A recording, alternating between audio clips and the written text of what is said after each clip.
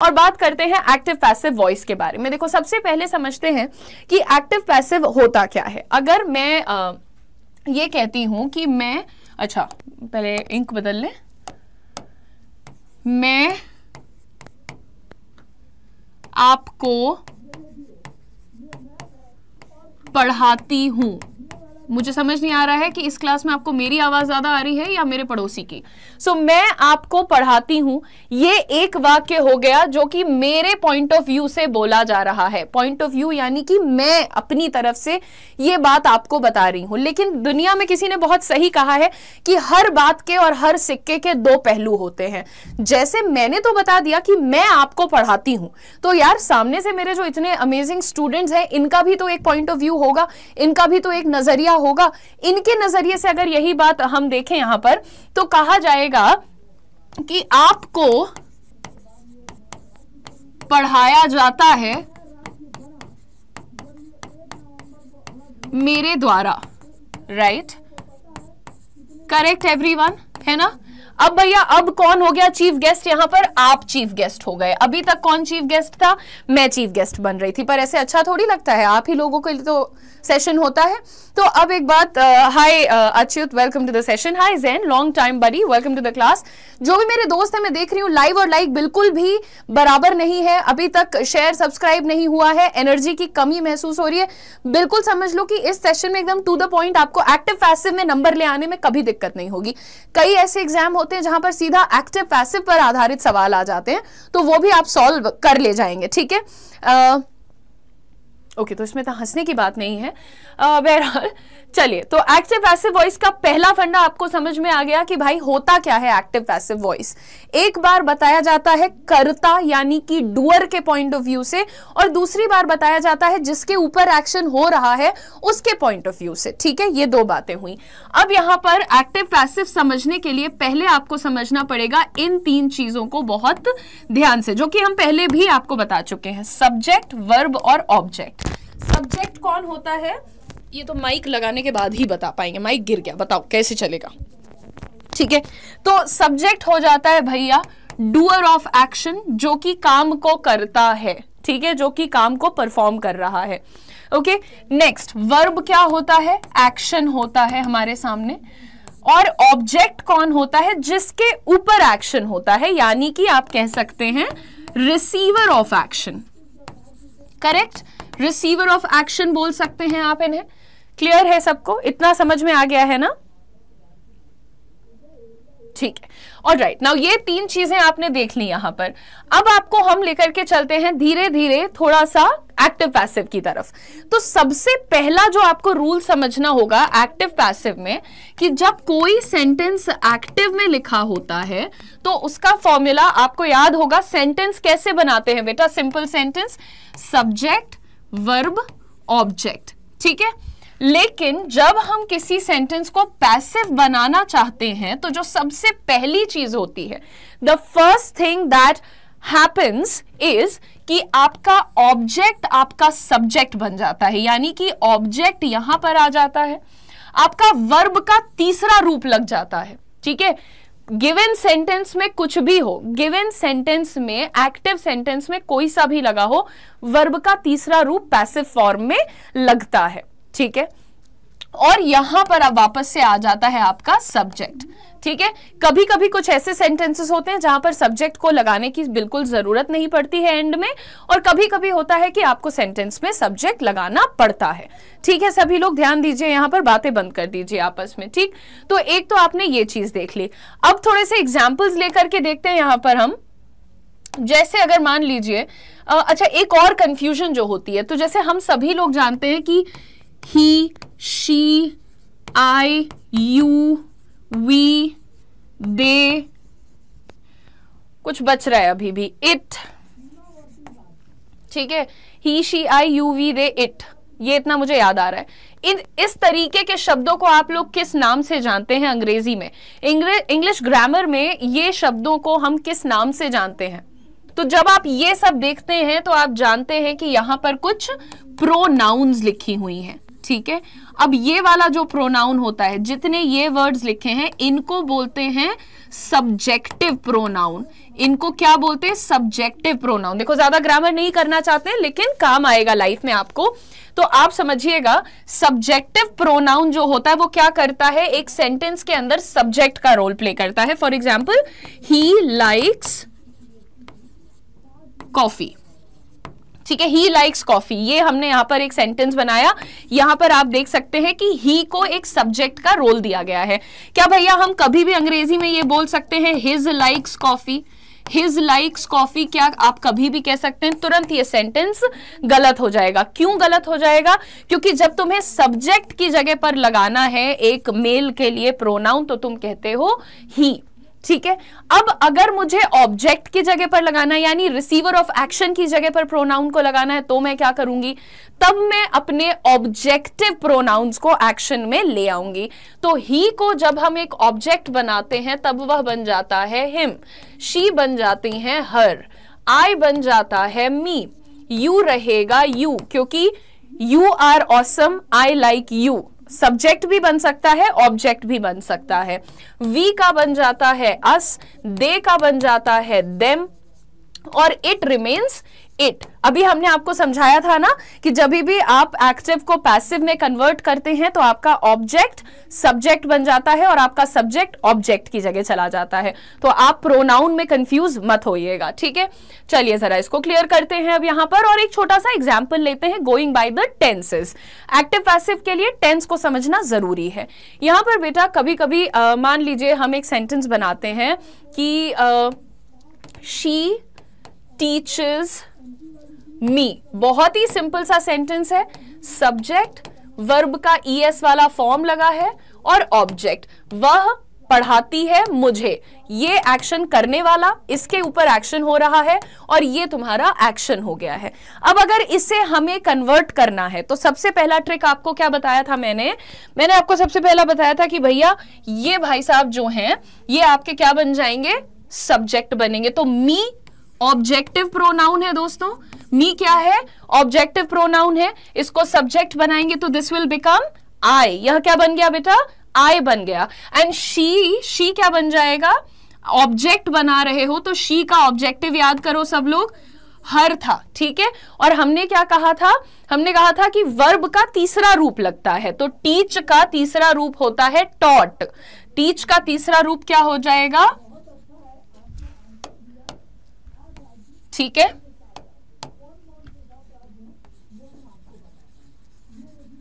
ये हुआ, ठीक है। ये तीन चीजें तो हम आपको पहले ही बता चुके हैं।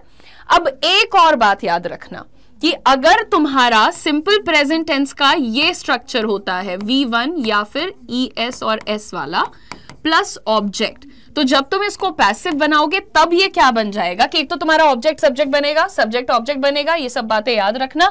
उसके बाद बेटा यहां पर तुम अपने सब्जेक्ट के अनुसार टू बी का फॉर्म लगाओगे, ठीक है।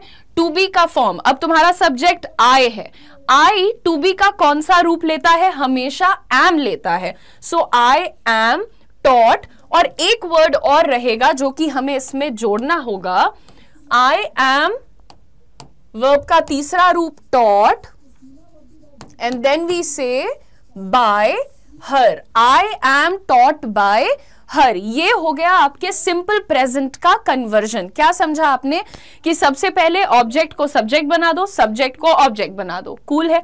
उसके बाद क्या करो? वर्ब का तीसरा रूप लगा दो, और जो नया सब्जेक्ट है उसके अनुसार प्रेजेंट टेंस का कोई भी टू बी का फॉर्म लगा दो यहां पर, तब बन गया तुम्हारा सिंपल प्रेजेंट का पैसिव सेंटेंस, सिंपल प्रेजेंट का, ठीक है।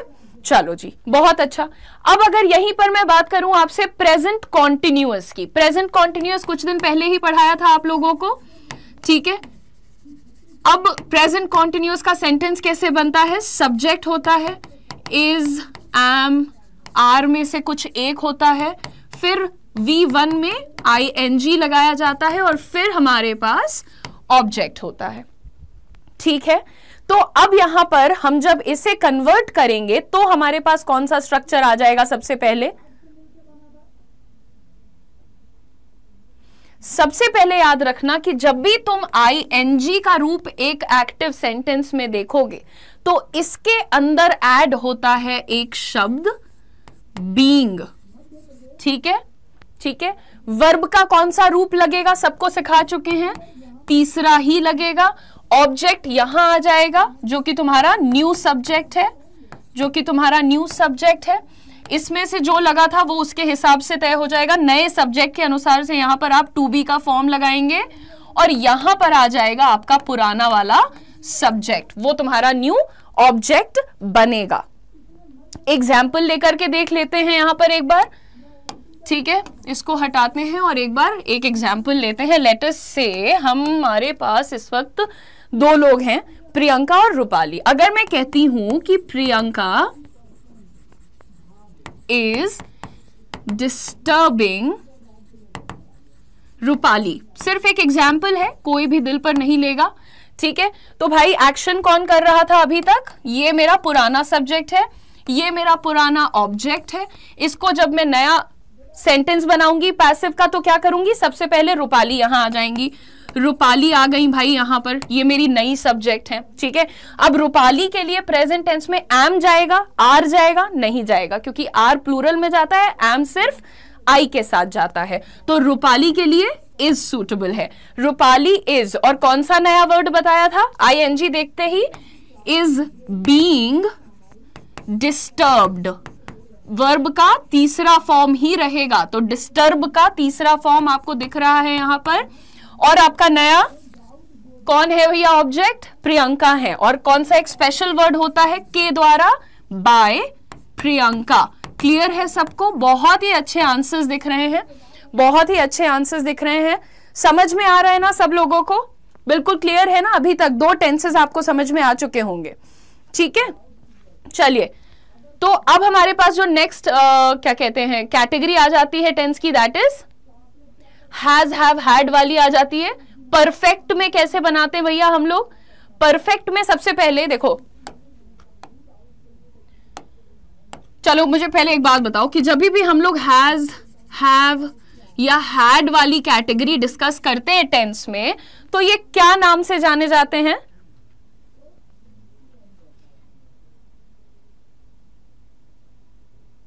ये कौन से नाम से जाने जाते हैं? फटाफट बताइए।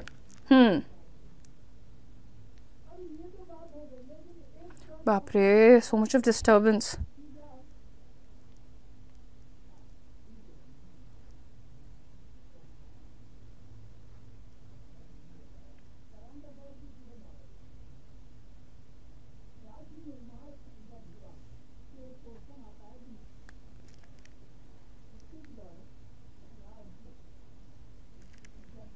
Very well done Manoj Kumar, Prerna Kumari, Nisha, Khushi, everybody who said.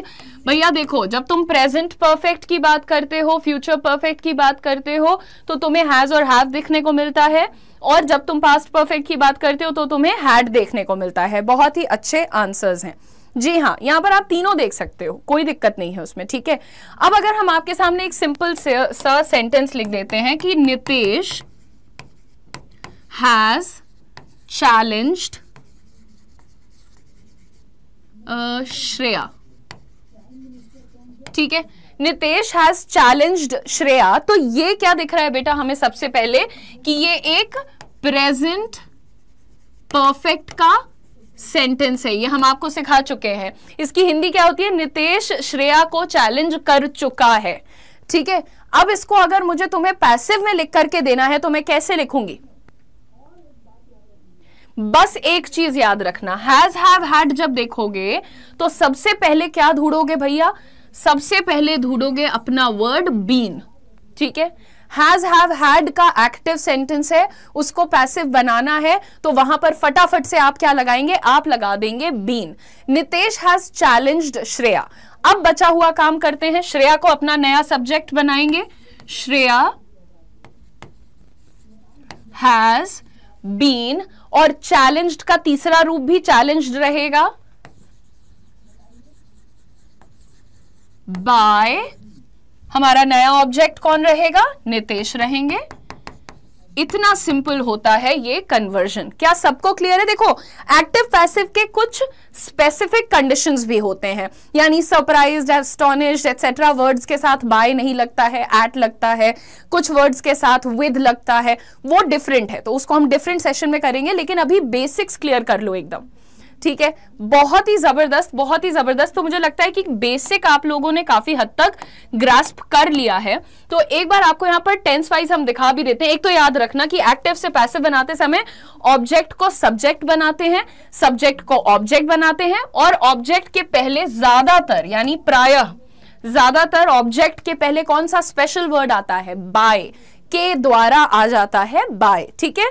चलो अब एग्जाम्पल देखो, Divya कुक्स delicious meals, Divya कुक्स delicious meals, तो इसे हम भाई कैसे कर रहे हैं कन्वर्ट? ठीक है, डिलिशियस मील्स हमारा क्या है बेटा? अभी हमारा ऑब्जेक्ट है, ठीक है?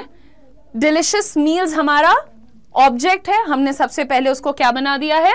सब्जेक्ट बना दिया है, डिलिशियस मील्स। और हमें वर्ब का तीसरा रूप भी चाहिए होता है, तो ये रहा कुक का तीसरा रूप, कुक्ड हो गया, ठीक है? अच्छा, अब यहां पर आप देखें कि ये जो है आपके एंड में आ जाएंगी, क्योंकि ये आपकी पुरानी सब्जेक्ट थी, ठीक है? बाय दिव्या कर दिया। एक चीज मिसिंग है, क्या बोला था? जो नया सब्जेक्ट रहेगा उसके अनुसार से प्रेजेंट टेंस का टू बी का फॉर्म लगा देना। So delicious meals are cooked by Divya. बहुत ही अच्छे आंसर्स हैं। Ishika, Sanjeev and Rehan, very good. Yes Aastha, very well done. बहुत ही अच्छे आंसर्स है। Delicious meals are cooked by Divya, absolutely correct answer. So यहां पर हमें समझ आ चुका है कि सिंपल फंडा क्या होता है लाइफ में। सिंपल फंडा ये होता है जो लिखा हुआ है, सबसे पहले पुराना सब्जेक्ट नया ऑब्जेक्ट, पुराना ऑब्जेक्ट नया subject, special word by, verb का कौन सा रूप? 3। ये सब तो तुम्हें टिप ऑफ द फिंगर याद करके चलना पड़ेगा। है एनर्जी आप लोग की अच्छी लग रही है, लेकिन लाइक शेयर सब्सक्राइब पर ध्यान थोड़ा सा दे दीजिएगा। अच्छा, प्रेजेंट टेंस के कुछ एग्जांपल सिंपल रहेगा। ही किल्स अ स्नेक, वह एक सांप मारता है। ही किल्स अ स्नेक, बहुत सिंपल है, 2-3 बार अब तो आप रिवाइज कर चुके हैं। तो क्या होगा? अ स्नेक तुम्हारा नया ऑब्जेक्ट हो जाएगा कि नहीं होगा? फटाफट से अब आंसर करना पड़ेगा, बिल्कुल जोश दिखा दो कि मुझे पता है कि एसएससी में ये वाले सवाल बहुत आते हैं ना, तो जो भी लोग हैं आज एकदम टेस्ट ले लो अपना। अ स्नेक है, सिंगुलर है, उसके साथ टू बी का कौन सा रूप लगेगा? इज लगेगा। A snake is killed by, he का ऑब्जेक्टिव फॉर्म क्या होता है प्रोनाउन में? हिम होता है। सीधा सटीक answer low, a snake is killed by him. जबरदस्त, बिल्कुल ठीक। Shreyasi, very well done. And Preeti Verma, good job, right. Others जिनसे गलतियां हुई हैं वो कुछ ध्यान दें।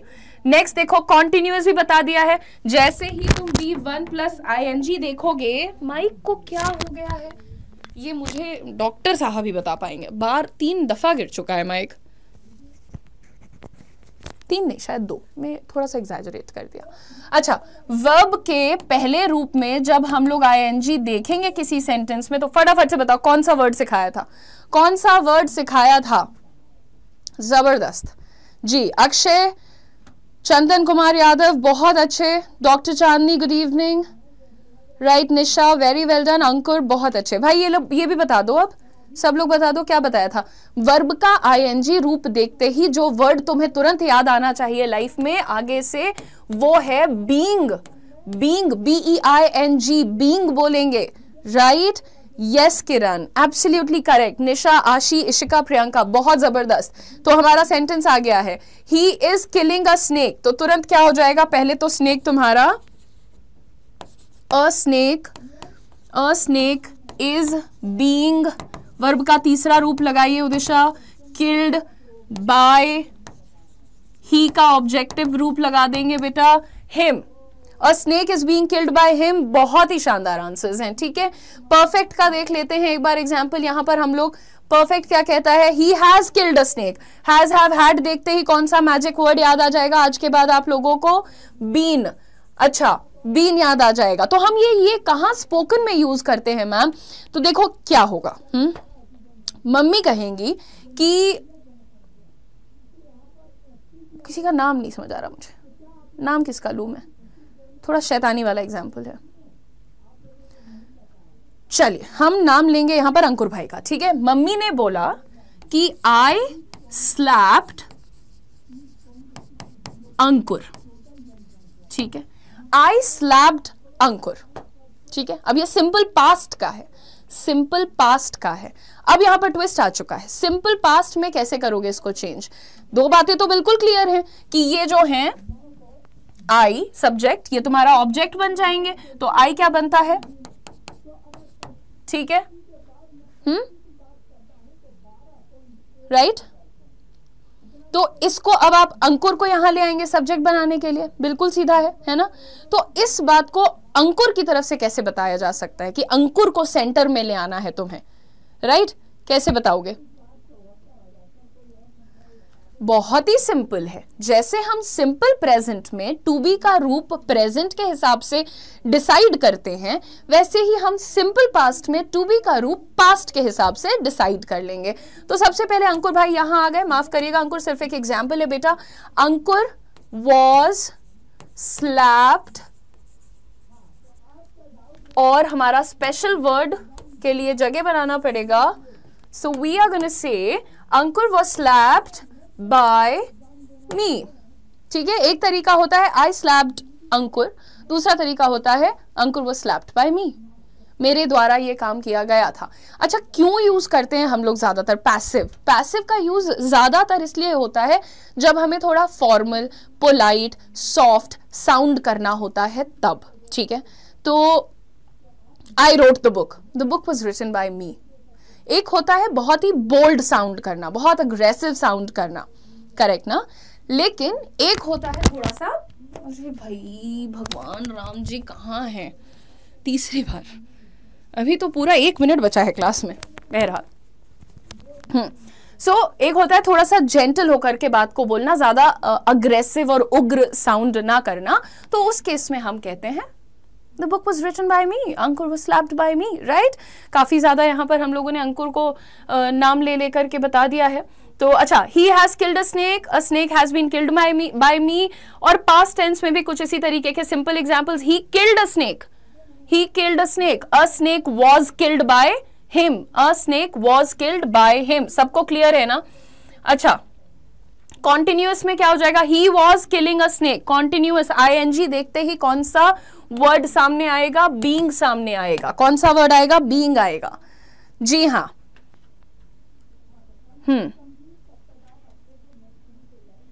जी बहुत ही अच्छा एग्जाम्पल है प्रेरणा।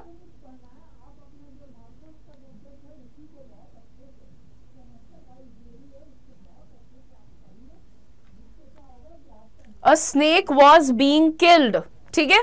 क्या हो जाएगा, पहले तुम्हारा सब्जेक्ट नया बना अ स्नेक, ठीक है, और अभी क्या लगाना भाई, इसके हिसाब से पास्ट का ऑक्सिलरी, ये एक वचन में है तो वर तो लगाओगे नहीं, यहाँ वॉज लगाओगे। अ स्नेक वॉज, तीसरा रूप क्या होगा किल का, killed. A snake was killed by, he का क्या ऑब्जेक्टिव है, हिम है। बहुत ही सिंपल आंसर था, very well done Nisha ji, बिल्कुल उर्वशी, बहुत अच्छे। नेक्स्ट देख लेते हैं फटाफट से। परफेक्ट, अगर पास्ट परफेक्ट आ जाएगा, हैज हैव हैड दिखेगा तो तुरंत कौन याद आ जाएगा हमें, तुरंत हमें याद आ जाएगा बीन, ठीक है। तुरंत बीन याद आ गया। अब फटाफट से इसको भी बस कुछ नहीं करना भाई, सब्जेक्ट ये बन गया, ये ऑब्जेक्ट बन गया, हैड देखा तो बीन लगा दिया, वर्ब का तीसरा रूप ही रहेगा, और हैज हैव हैड में भी कोई बदलाव नहीं हो रहा है। वेरी गुड लक्ष्मी, जी हाँ रूपाली, गुड गुड। प्रियांशु बहुत अच्छे।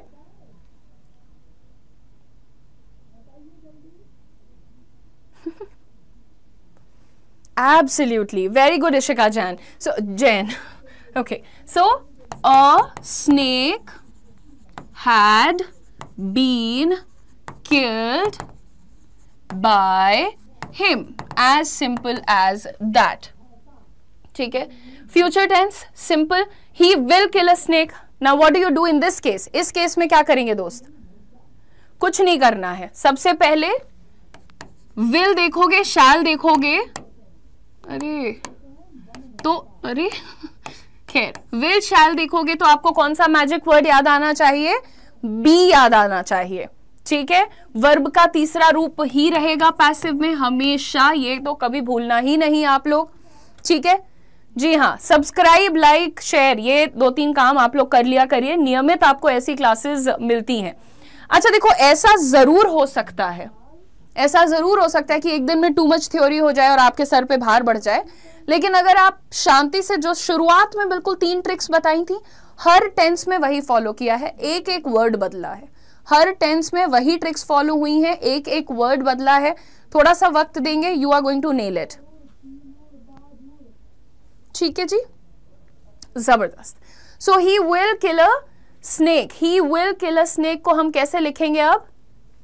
The snake will be killed by him, the snake will as it is लिख दीजिए, फिर बी लिखिए, वर्ब का तीसरा रूप लगा दीजिए, and then you use by and then the object, the snake will be killed by him. Chandni Kumari, जबरदस्त आंसर। नेक्स्ट क्वेश्चन, परफेक्ट में क्या करेंगे?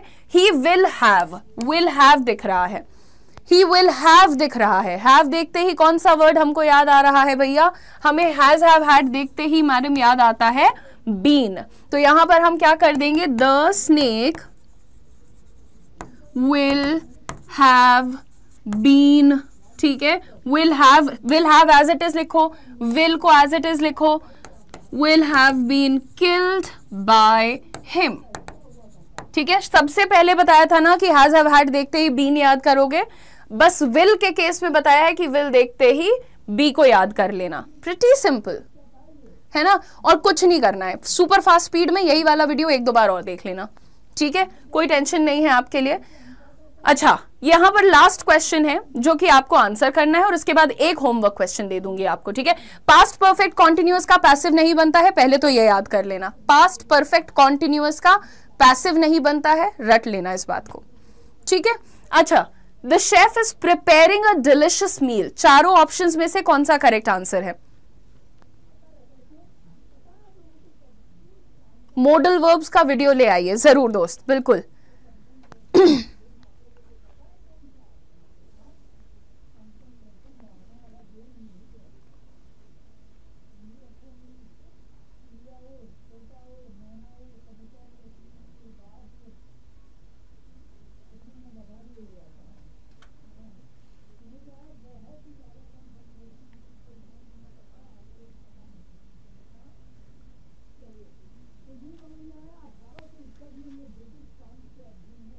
अरे भैया द नहीं अ होगा, दैट वाज अ टाइपो, ठीक है, द नहीं लगाया है मैंने, गलती से लिख दिया, माफ कर दो, गलती से लिख दिया था एकदम।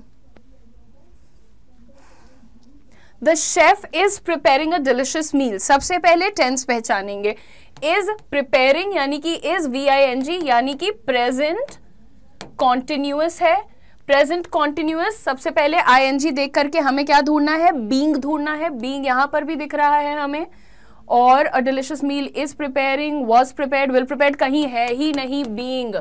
ING को पैसिव बनाने का एक ही तरीका है, वो है बीइंग की मदद से, जो कि आपने मेरे ख्याल से तो 1 सेकंड के अंदर स्पॉट कर लिया था।